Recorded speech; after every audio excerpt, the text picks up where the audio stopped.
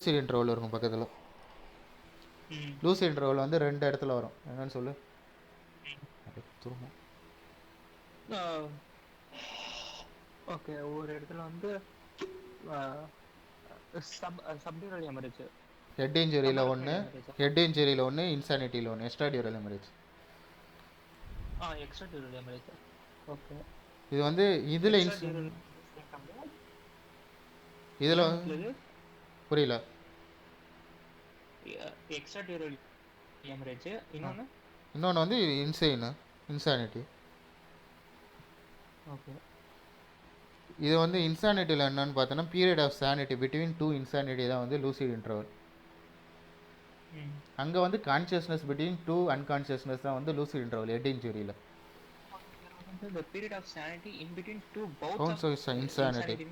2 insanity நடுவில் நார்மலாக இருக்கும். ஓகே, நடுவில் கொஞ்ச நேரம் தான் நார்மலாக இருக்கும். ஃபர்ஸ்ட் வந்து இன்சைனாக இருப்பான், கொஞ்ச நேரம் நார்மலாக இருப்பான், திருப்பி இன்சைன் ஆயிடும். அதான் வந்து லூசிட் இன்டர்வல். எந்த பீரியட் வந்து லூசிட் இன்டர்வல்னு? இந்த நடுவில் இருக்கிற பீரியட், நார்மலாக இருக்கிற பீரியட் தான் லூசிட் இன்டர்வல். ஓகே, இது வந்து எப்போ வேணாலும் நடக்கும். ஆனால் இதில் ஹெட் இன்ஜுரியில் பார்த்தீங்கன்னா ஒரு தடவை தான் நடக்கும். ஹெட் இன்ஜுரியில் வந்து அவர் ஒரு அன்கான்ஷியஸ் ஆகி கான்ஷியஸ் ஆகி திருப்பி அன்கான்ஷியஸ் போகிறத வந்து ஹெட் இன்ஜுரியில் லூசிட் இன்டர்வல். ஓகே, இதில் வந்து ஹிஸ்ட்ரி ஆஃப் ஹெட் இன்ஜுரி இருக்கும், இதில் வந்து ஹிஸ்ட்ரி ஆஃப் இன்சானிட்டி இருக்கும். ஓகே, இதில் வந்து இதுலேயே போட்டு எமரேஜ். சரி, கண்ணு முன்னாடி சொல்லு. அடுத்து வந்து பார்த்தோன்னா வந்து சிம்டம்ஸ் ஆஃப் இன்சானிட்டி வந்து இதில் இருக்கும். இதில் வந்து செரிப்ரல் இரிட்டேஷன் இருக்கும். அக்கரன்ஸ் வந்து ஃப்ரீக்வெண்ட்டாக இருக்கும் இன்சானிட்டியில். ஹெட் இன்ஜுரியில் ஒரே தடவை தான் நடக்கும். ஓகே, அதுக்கப்புறம் அன்கான்ஷியஸ் ஆகி செத்துருவான். இதுதான் வந்து லூசிட் இன்டர்வல். லூசிட் இன்டர்வல் அப்போ வந்து வில்லு வந்து அவன் எழுதலாம், அது வந்து லீகலி வேலிட் வில்லு. அது யூ கேன் ரைட் வில்லு. ஆனால் அவன் வந்து ப்ரூவ் பண்ணான் வந்து லூசிட் இன்டர்வலில் தான் இருந்தான்னு சொல்லிட்டு. ஓகே, அடுத்து வந்து சிவில் ரெஸ்பான்சிபிலிட்டிஸ். இதில் வந்து பார்த்தோன்னா அவன் வந்து ரிச் பேஷன், அவன் வந்து இன்சைன் ஆகிறவன் வந்து ரிச்சாக இருந்தான்னு சொன்னால் அவனை வந்து அவனுக்கு எப்படி காசு செலவு பண்ணணும்னு தெரியல அவனுக்கு.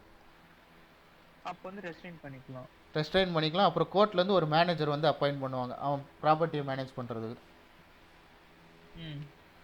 இல்லைன்னா ஒரு கார்டியன் வந்து ப்ரொடியூஸ் பண்ணுவாங்க. இது வந்து அவன் கண்டிஷனை பொறுத்து 2 சைக்காட்ரிக் டாக்டர் வந்து இங்கே ஒப்பீனியன் தரணும். இவர் வந்து இன்சைனாக தான் இருக்கார், இவரால் வந்து எதுவுமே செலவு பண்ண முடியாது. அடுத்து வந்து கன்சென்ட். இன்சைன் பர்சன் கன்சென்ட் கொடுத்தா அது வேலிட் கிடையாது.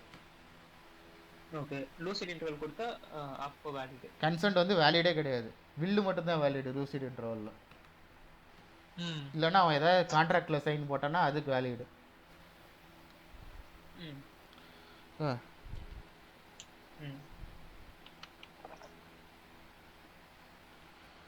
அடுத்து வந்து மேரேஜ்.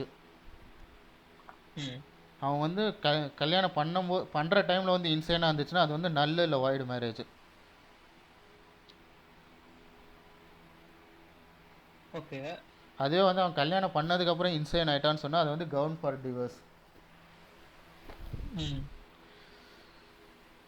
அது டிவோர்ஸ் வாங்கணும்னு சொன்னால் அவனை வந்து ட்ரீட் பண்ணது எக்ஸ்டென்சிவாக அவனை வந்து ட்ரீட் பண்ணியிருக்கணும். அப்படியே அவன் குணமாகலன்னு சொன்னால் தான் வந்து கிரவுண்ட் ஃபார் டிவோர்ஸ்.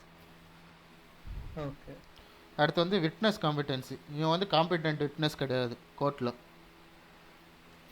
அவன் வந்து லூசிட் இன்டர்வலில் இருக்கணும் அந்த டைமில். ரிக்குவயர்மெண்ட்ஸ் வந்து பார்த்தோன்னா கரெக்டாக எழுதுனது ப்ராப்பர்லி சைன்டாக இருக்கணும் அந்த வில்லில், அவன் எழுதின வில்லில். அவன் வந்து சவுண்ட் மைண்டில் இருக்கணும், காம்பஸ் மென்டி.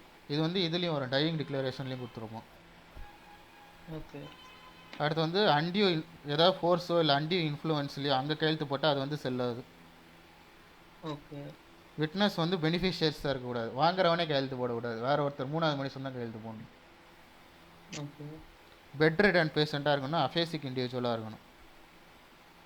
அஃபேசிக்னா அவனால் கையை காலை நகர்த்த முடியல, படுத்த படிக்கையாக இருக்கான், அவன் தான் அஃபேசிக் இண்டிவிஜுவல்.